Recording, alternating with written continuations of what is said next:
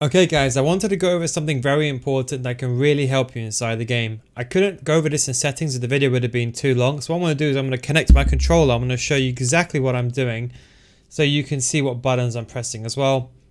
And ignore what you see, the buttons on the screen, just look at the controllers. Now, you're going to see exactly what I'm doing and what buttons I'm pressing. Now, the first I want to talk about is something that's very, very important. If we go over here, to select sides, you can go to triangle. Now these are just my shooting button is square, but don't worry, just something I wanted to mention to you. When you see me press square, don't worry, it remaps to circle. You see that? So you can see when I'm pressing square, it remaps to circle, so don't worry about that. If we go over here and then we go back to select sides. Now before, there used to be an option where you could change, when you press triangle, you can change the game settings, but you can't. One of the key things I want you to try is assisted shooting. Now with assisted shooting, the reason why I don't like it is that you can see that there's not always guaranteed chance of scoring. You can see, especially when the goalkeeper comes out. When a goalkeeper comes out, we're up against, here we're just playing this in the arena, so the goalkeepers don't really react as well.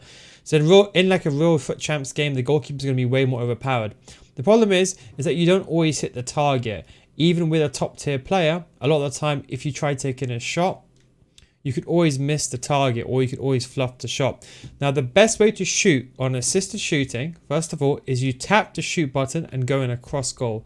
This is the most important thing. So if you're running, for example, from like here, you want to shoot a cross goal like that. Just tap the shoot button, because when you hit it below 30% power, you make the game force into a low driven. Now why this is important?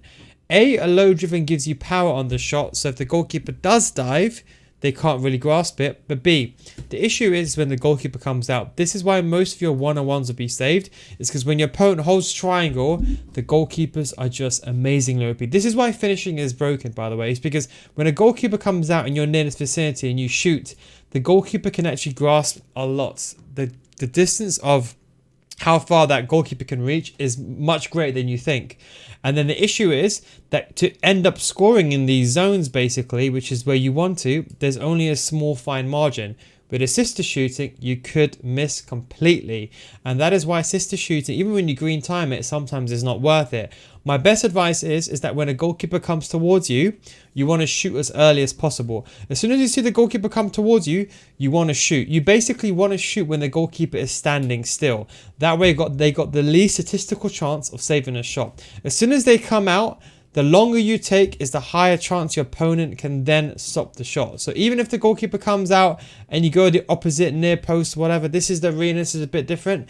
But the longer you take, unfortunately, the more of a chance you have of the goalkeeper just saving opportunity. So that is why I say change to precision shooting. There's a couple of things I want to talk to you. There's actually a few things why it's even worth using assisted also. So we're going to go over to the settings. We're going to go over to the game settings. And then we're going to change this now to precision. Now precision basically is the ability to use your left analog stick and aiming the shot almost like you would with the power shot. So you know you got like a normal power shot, you have to aim with your left analog stick. You see that little arrow in front of me? Now this makes it better, because when you now take a shot, what the precision shot does is it gives you greater accuracy and the ball travels at a faster speed. So if you're then trying to take a shot and then you want to get it into the corner, it's actually perfect for getting it in those corners, because when you use precision shooting, the game naturally adds speed to your shot and it also adds accuracy. So if anything, you don't even need to even green time your shots because it's so effective. But the great problem is that when you're in a situation, for example, like outside the box, what's very overpowered this year? Finesse shots. Finesse shots are very, very powered this year, and so are Trivellas. Even though you can argue the finesse shots got nerfed, but Trivellas itself are very, very OP. The issue is when you try to aim a Trivella with precision shooting, it's much more difficult than you think to get the accuracy, because with precision shooting, what I realize is you just do a bit too much power, you could miss the post. It's almost like you have to hit it maximum 60%. Even when you're this close, sometimes if you use, as you can see, about 7/10 power, you can see sometimes the shot just flies away. So the issue is that you have a small region. I would say just get into the habit of tapping the shoot button. Literally just tapping the shoot button and then aiming across goal is the best thing you can do to increase your chances. But what if you're a top tier pro player? I would recommend precision shooting because it's just still so effective. If you can get your aim on lock, and don't forget most pro players have got their aim on lock, you'll be fine. But the issue then comes to Trivelas and finesses outside the box. Now, truthfully speaking, most top tier pro players, they know how to use precision shooting. The problem is when you're at this angle, how you move your left analog stick to aim is different from another angle. And also, remember I said to you, precision shooting, you have much more control over the power, but you have a higher chance of the shot going over the post. So you can see when you're at this angle, how do you know if it's going to go across goal towards the goal? How do you know if it's going to go towards the keeper? So one tip I have is aim at the goalkeeper and then just nudge it a bit to the left and to the right. So aim centrally towards it, like aim as if you're aiming to the goalkeeper's feet. So aim as if you want to go there.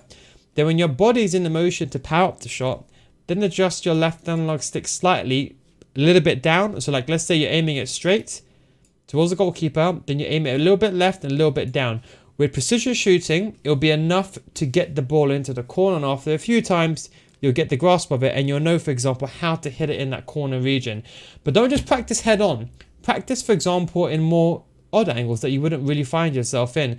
Because inside the game, these angles, especially like here, this is the most easiest goal to score, is going across goal like here, away from the box and getting it inside the box. But as you can see, even myself, I have difficulty aiming it. But when you run inside the box, because most people are going to shoo you away from goal, that is the key thing to use precision shooting. So would I recommend precision shooting? I would, unless you're new to the game. If you're struggling with creating, let's say you only have 1 or 2 chances inside the game, then you should not be using precision shooting because there's such a big chance you could actually miss the chance completely. So that's one thing you've got to bear in mind. The second thing is, now of course I'm not calling anyone out here, but if you're one of those players that likes to shoot from the majority of the time from these angles here, you know what I'm talking about. Those that like to spam the finesse shots and Trivelas, because finishing is so broken, it's easier to score Trivela outside the box than it is to score inside the box, then it's not worth using precision shooting. Because unless your aim is top tier, and you will know this, if you're a top tier, rank 1 player, or you're even a pro player and you're watching this, it's a bit different because you know the exact integer, or maybe you practice the angle, because that's what these pro players do. They just practice angles, they practice power shot. This is what they do a lot of their time. Apart from scrimming, they practice the mechanical aspect, or they should do. Is what I should say. Not everyone does that, of course.